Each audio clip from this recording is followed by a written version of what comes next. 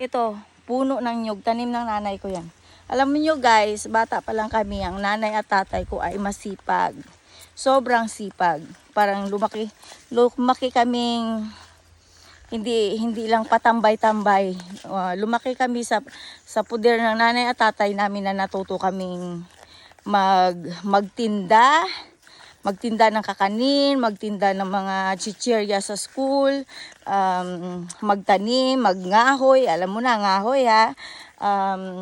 Ito. Ito, yan, nyugan yan, nyug. Saging, kasagingan, ayan. Doon sa madalas na binibidyuhan ko, ano yun, garden yun sa likod ng bahay namin. Ito naman sa bundok, dito. Dito ang nanay ko nagtatanim, dito kami didilig ng halaman, ng mga gulay-gulay. Kasi doon sa garden ko, punong-puno ng Carabao grass na kailangan pa naming tanggalin. Dito sinimulan na nila para may mga, alam mo yun, may maani kami, mga proyekto. Ayan, yung may mga ano na yan, bambus. Ayan yung may mga tanim. Yan, may mga tanim. Dito, maraming tanim kasi itong lupa na to nakasanla to sa amin. Nakasanla sa amin. Mura lang naman nakasanla sa amin. Pero dahil wala nga pang tubos hanggang ngayon, naisip namin na taniman ng mga gulay. Kaya ito, titingnan ko yung tanim ni nanay. Alam mo, may mga squash siya. Ito. Yan. Ayan yung tanim ni nanay. Tanim ni nanay yan. At ang brother ko.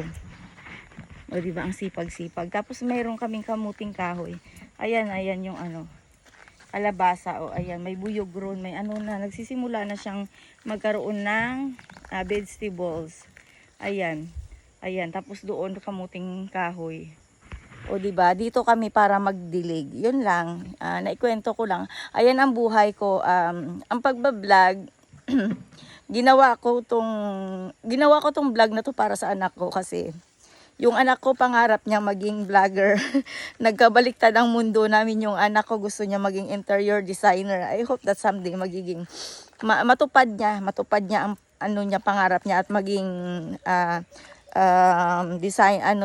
interior designer kasi nga yun yung pangarap ko para sa sarili ko na hindi ko naabot dahil sa ang nanay at tatay ko ay walang pera. Clothes designer, ano pa ba? Hairstyle. Ayan ang pangarap ko dati. Nag-aral ako ng dressmaking pero dahil sa kulang ako sa, alam mo na, budget sa mga project, hindi ko nagawang natapos ang aking pag-aaral. Pero ngayon, pinasok ko yung pagbablog para sana ko na someday pag umuwi man siya ng Pilipinas, alam mo yung mag-birthday man lang siya ng yung the best na birthday. Para sa anak ko, kaya ko ginagawa yung pagbablog. Kung nakikita nyo, parang kapag nagkikwento ako about my daughter, para akong iiyak. Yes.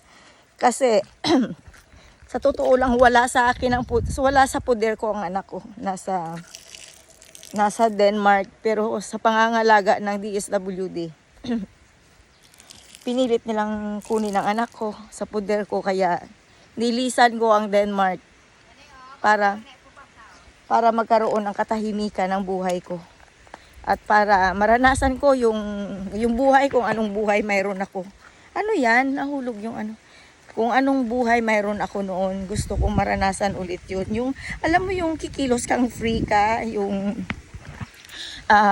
pangarap mong gustong gawin sa buhay mo sa araw-araw, magawa mo dahil sa iyon ang gusto mo, yung walang nagpo-force sa'yo na gawin mo to. Kailangan mong gawin to kasi ito yung nababagay sa buhay mo. Ayoko nang ganun. Ayoko maging tao-tauhan ng kung sino-sino. Kaya pinilit kong, ay nay, may ano na nga nay, may prutas, may ano na nay, gulay, may buyog ron. Grabe yung kalabasa ng nanay ko, ang daming bunga. Wa nakasapdi nga.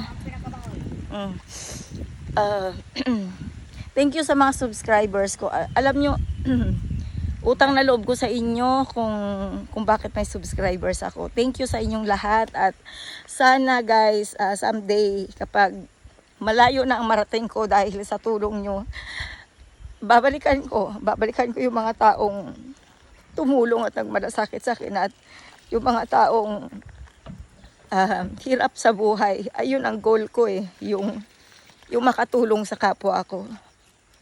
Yun lang, nakakaiyak. Nagdrama pa ako. Bye. Bye-bye. Tutulungan ko munang nanay ko magdilig. Thank you.